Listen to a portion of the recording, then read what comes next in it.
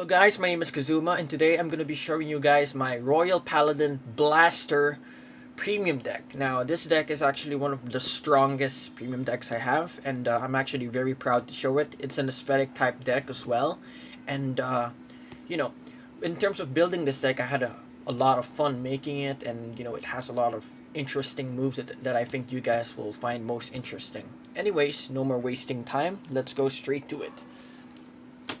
First of all, let's start with my grade 4 lineup. My first grade 4 lineup is going to be Divine Knight King Alfred Holy Saver. His skill is Generation Break 2. Counter plus 1, choose a face down card with the same card name as this unit from the G zone, turn it face up. Then choose a card from your hand and discard it. If you have a heart card with Alfred or Blaster in its card name, choose one of your rear guards with Blaster in its card name, and until the end of the turn, that unit gets a drive check and 3000, a twin drive. So this unit gives your Blaster a twin drive. It's actually very powerful, and this is gonna be one of your main boss units. So you're going to be saving up your generation break to make sure that you would be able to use this guy as much as possible. This is one of your boss common boss units, so that I'm gonna go place him right there. Next is going to be Holy Dragon Religious Soul Saver. Counter plus 1, choose a face down called Holy Dragon Religious Soul Saver from your G zone, turn it face up. When this unit is placed in the vanguard, if you have a heart card with Blaster in its card name, you may pay the cost. If you do, choose 3 of your units and they get 5000 until the end of the turn. If your soul has Blaster in its card name, that's 2 or more, this unit gets plus 1 critical. So it's very helpful.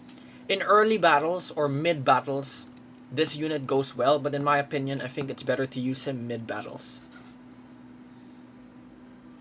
Next, you will also need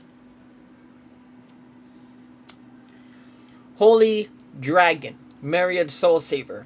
Now, Soul Blast 3, when this unit attacks the vanguard, if you have a heart card with Alfred or Blaster in its card name, you may pay the cost. If you do, choose up to 5 of your rear guards and it gets plus 5000 until the end of the turn.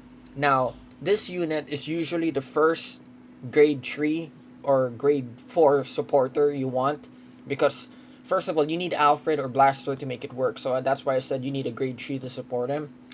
And as much as possible, for the lineup, you start with this guy, then her, then him. So that pretty much sums it up. Next, let's go to the G Guardian. For the G Guardian, I would go for Great Flash Assault.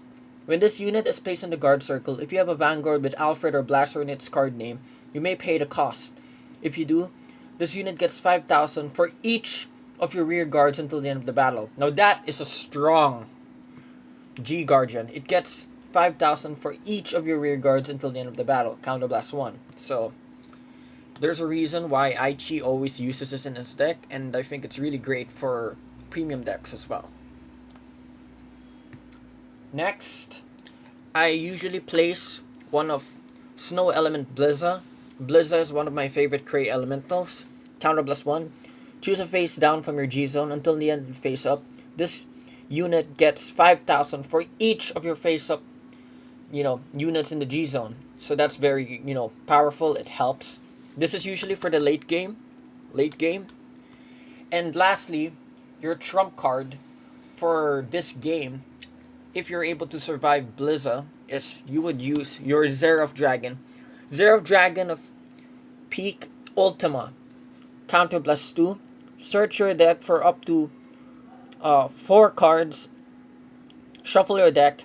Call 2 cards among them in separate rear guards, and put the rest on the top of your deck in any order. So it's like Oracle Think Tank, and you're able to put the 3 top cards on the top of your deck. And this is one of the scariest Xerath Dragons actually to use. I think all of them are scary, but I think this is the second scariest next to the one used in Kagero, the one used in Dragon Empire. I think this is the second scariest. Okay.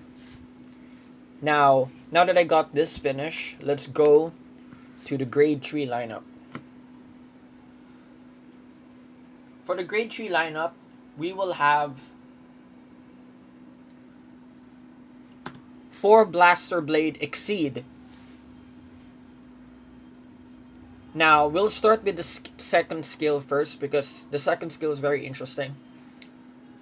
Auto Vanguard, Rear Guard, counter +1. Choose one of your opponent's grade 1 or greater rear guard and retire it. So it's like Blaster Blade. Next, for the first skill, when your G unit with Saver in its card name strides, you may pay the cost. If you do, search your deck for up to 1 card with Blaster in its card name. Reveal it, put it to your hand, and shuffle your deck. So it helps for superior calls. Next, I run 2 King of Knights Alfred. Counter +1, search your deck for up to 1 Blaster Blade, call it to the rear guard, and that unit gets 5,000 till the end of the turn. Shuffle your deck. During your turn, if you have a Blaster Blade on your rear guard, this unit gets plus 10,000. And this unit has a Force marker on it, so it helps whether you're running Force 1 or Force 2, but I would recommend Force 2. Next, you would need 4 Alfred early. When placed, counter +1, call up to 1 Blaster Blade from your soul or hand, and it gets 10,000 till the end of the turn. If you called, draw a card. Very simple to use, and in Premium, it's very powerful because you're able to mix it up with so many blasters. And yes, you may even use this. You can even call this, as long as it's a Blaster Blade, you're able to call it from the soul and hand. Okay, that goes it for our grade 3 lineup. Now, we'll be going to our grade 2 lineup. Our grade 2 lineup is, first of all, pretty obvious. I run 4 Blaster Blade. If you have 4 or more rear guards, you can get +1 critical. Next, Vanguard or rear guard. Counter +1, soul +1. Choose one of your opponent's rear guards from the front row and retire it. Standard, I choose favorite avatar. Next, I would run Star Hope Trumpeter.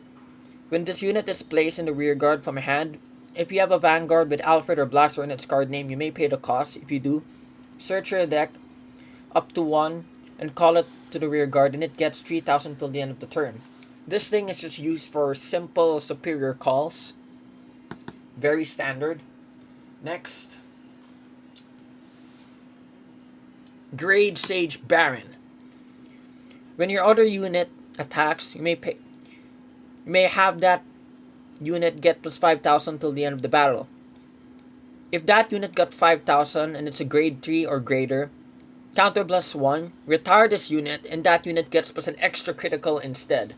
So this is very good for support because it gives plus free 5,000, and if it's grade 3 or more, it gets +1 critical.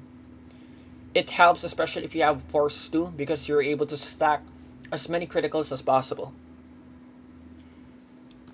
Next,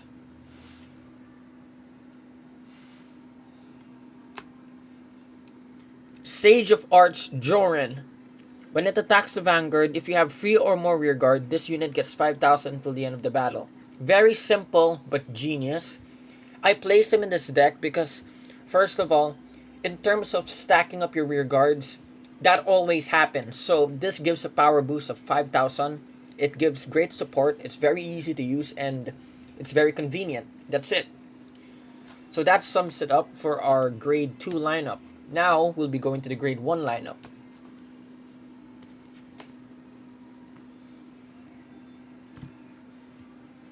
First of all, I run 4 of Wingle Youth. When an attack hits the Vanguard, during the battle it attack or boosted, look at the top 7 cards at the top of your deck, reveal up to 1 card with its Blaster Blade in its card name, put it into your hand, and the rest shuffle it back to your deck, and put this unit into your soul. So it gives a soul charge you're able to gain one blaster from your deck to your hand, and it's an on-hit skill, so it forces your opponent to block as much as possible. It's one of your scariest units in terms of grade 1 because it fixes everything for the synergy to make this deck work. Next, Pluck Enchanter. When your Blaster Blade is placed, Soul Charge. If there are no face-up cards in your damage zone, Counter Charge. This is for Counter Charge and Soul Charge. Next, Knight of Exemplary Sword, Lucius. When your grade 3 or greater Vanguard is placed, put this unit into the soul, draw a card, and call a card from your hand to the rear guard. It's good for maneuvering. If you have a bad hand or etc., you could use it to confuse your opponent because when your grade 2 or greater Vanguard is placed, you put it into the soul, then you draw a card, then you call a card again. So you could mix it with so many combos. Now, what's next is the perfect guard. The perfect guard we'll be using is Bringer of Divine Grace, Epona. First of all, it has the usual perfect guard ability, which is, of course, when you place it into the guard circle, discard a card from your hand and it's a nullify. But my favorite is its second skill. When this unit is already in the drop zone and you use it for the second time, you counter charge. Now that is very powerful because you're able to counter charge. Now that goes for our grade 1 lineup.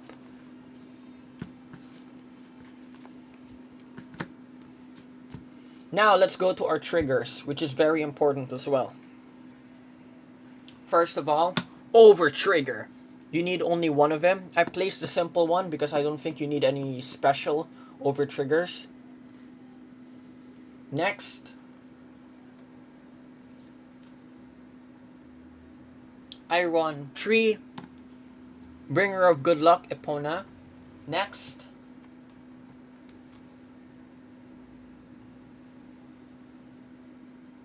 I place Knight of Heavenly Hammer, Gurgent, just for the heck of it, because he looks good in my opinion. Because this is an aesthetic deck, I like the style. Next, 2 Flogel. Next,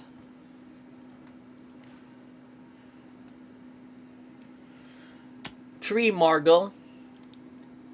Act, put this into your soul, choose one of your Royal Paladin and it gets 3,000 till the end of the turn. So it gives us soul charge and it gives plus 3,000 to any of your units. It's very good. Lastly, you will never forget Yggdrasil Maiden, Elaine. That's going to be our heal trigger. And don't forget our starting Vanguard, Gleim. Now, that goes for our grade 0 lineup.